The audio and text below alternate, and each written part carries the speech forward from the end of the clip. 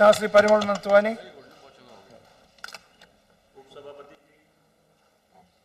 माध्यम से मैं रेल मंत्री सुरेश प्रभु जी जहाँ जो उपस्थित हैं तो चल रही है सिलेक्ट कमेटी में, उनका अभिवादन करता हूँ कि उन्होंने रेल बजट के ऊपर एक अच्छा प्रेजेंटेशन मॉडल रेलवे को डेवलप करने के लिए दिया।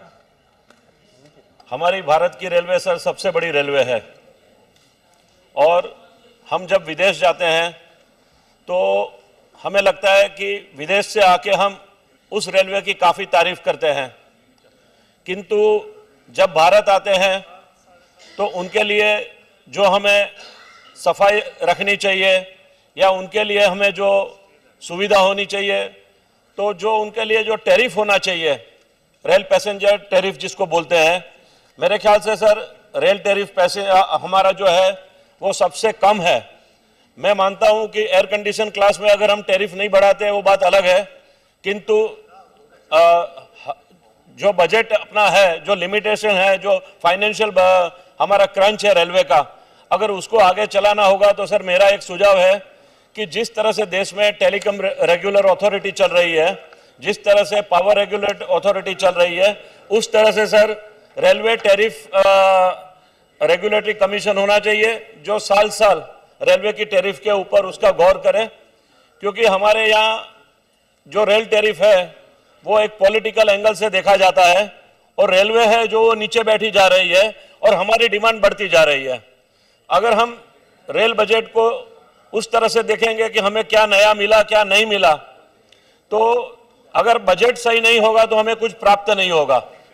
तो मेरी एक उम्मीद है कि एक पावर रेगुलेटरी कमीशन और टेलीकॉम रेगुलेटरी कमीशन जैसा है, ऐसा रेलवे टैरिफ कमीशन एक होना चाहिए, इसके ऊपर जो गौर होना चाहिए। सर मेरी कर्मभूमि झारखंड है और मेरी जो जन्मभूमि है वो गुजरात है। ये दोनों के बारे में मैं बात कहूंगा। झारखंड जो है सर वो एक 14 साल पुराना अभी अभी शुरू हुआ एक छोटा बच्चा है और झारखंड के लिए सर रेलवे में खास कोई प्रोविजन आता नहीं है। झारखंड है 14 साल से एक अलग स्टेट बना है, चाहे वो बिहार का समय था या आज का समय है, झारखंड को जो सुविधा मिलनी चाहिए वो नहीं मिली है। झारखंड की 6 रेलवे लाइन नई जो होनी थी उसके ऊपर कोई विकास नहीं हो रहा है। तो मैं रेलवे मंत्री जी से जानना चाहूंगा कि हमें आपके माध्यम से जो 6 नई लाइन आने वाली थी उसके ऊपर आपका क्या रवैया है और कब तक वो पूर्ण हो जाएगी।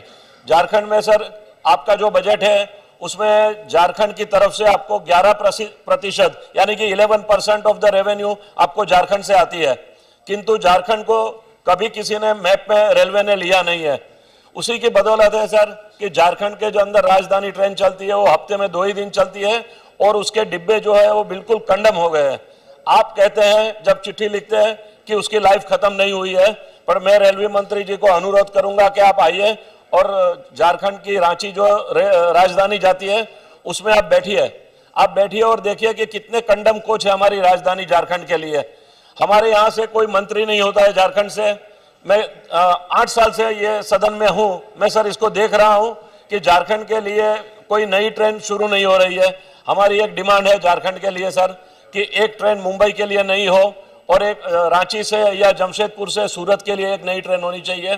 जबकि झारखंड ने 11% आपको बजट के अंदर रेवेन्यू दे रही है। तो हमारा ये सुझाव है कि 6 हमारी रेलवे लाइन शुरू होनी चाहिए और ये राजधानी जो है वो हफ्ते में 2 ही दिन चलती है, वो 7 दिन चलनी चाहिए। उसके अलावा झारखंड स्टेशनों में भी सुधार होना चाहिए। हटिया जो हमारा एक मुख्य स्टेशन है, जो एक सबब है झारखंड का, रांची का, उसको भी एक मॉडल स्टेशन बनाना चाहिए। ऐसी मेरी एक डिमांड सर रेलवे मंत्री जी के जरिए है। और सुरेश प्रभु जी जहाँ मौजूद है, जो बाहर चले गए थे, फिर से मैं सर कहूंगा कि आपको जो भी प्रोग्रेस करना है तो आप जब तक टैरिफ का बैलेंसिंग नहीं करेंगे, जैसे टेलीकॉम रेगुलेटरी अथॉरिटी है, पावर रेगुलर अथॉरिटी है, उसके तरफ से आपको एक टैरिफ कमीशन बनाना चाहिए। और सर रेलवे में चोरी भी इतनी होती है जिसका डैमरेज रेलवे भुगतती है और उसका नतीजा ये आता है कि करोड़ों अब्जों रुपया डैमरेज में चला जाता है। तो उसका कोई ना कोई ऐसा कमीशन हर स्टेट में एक होना चाहिए, रिटायर्ड चीफ जस्टिस के माध्यम से या chief secretary, ex chief secretary के माध्यम से, ताकि रेलवे में जहां तक हम चोरी कंट्रोल नहीं कर पाएंगे तो वो पैसा हम बर्बाद कर रहे हैं। तो मुझे उम्मीद है कि रेल मंत्री जी इस पे गौर करेंगे। दूसरा सर, मैं गुजरात से हूं। गुजरात के अंदर 6 हमारे नए डिस्ट्रिक्ट बने हैं। उस डिस्ट्रिक्ट सेंटर में लोगों की बहुत उम्मीद है। जैसे मैं आता हूं, देवभूमि द्वारका मेरा डिस्ट्रिक्ट है, मेरा नेटिव प्लेस है। द्वारका उसका एक शहर है और जाम खंभालिया उसका एक शहर है। द्वारका सर 4 धामों में से एक धाम है। उनका एक मॉडल स्टेशन कब से पहले अनाउंस हुआ था, पर आज तक वो मॉडल स्टेशन के ऊपर खास कोई प्रगति नहीं हो रही है। तो आपके माध्यम से मैं सर कहूंगा रेलवे मंत्री जी को कि द्वारका को एक अग्रता दीजिए। और दूसरा मेरा एक अनुरोध है सर कि जो देवभूमि द्वारका का कैपिटल है जाम खंभालिया, उसमें एक ही प्लेटफॉर्म है सर। ट्रेन आती है तो मैं आपको दिखा सकता हूं कि लोग स्टूल लेके आते हैं घर से। आप मंत्री जी प्लीज पीछे गौर करिए। मंत्री जी मैं आपको अनुरोध करूंगा, ये आप देखिए कि किस तरह से प्लेटफॉर्म पे स्टूल लेके आते हैं और ट्रेन में चढ़ते हैं। तो मुझे बहुत खेद हो रहा है कि इतना कैपिटल का एक मेन स्टेशन होने के बावजूद सर हमारे यहाँ वो सेकंड प्लेटफॉर्म जाम खंभालिया में नहीं हो रहा है। दूसरा है सर कि हमारे अमरेली से गिर के अंदर एक लाइन आती है पीपावा से, तो हमारी राज्य सरकार ने एक स्पेशल बजट दिया है। हमारे रेल ट्रैक के ऊपर लायन की कटिंग हो रही है।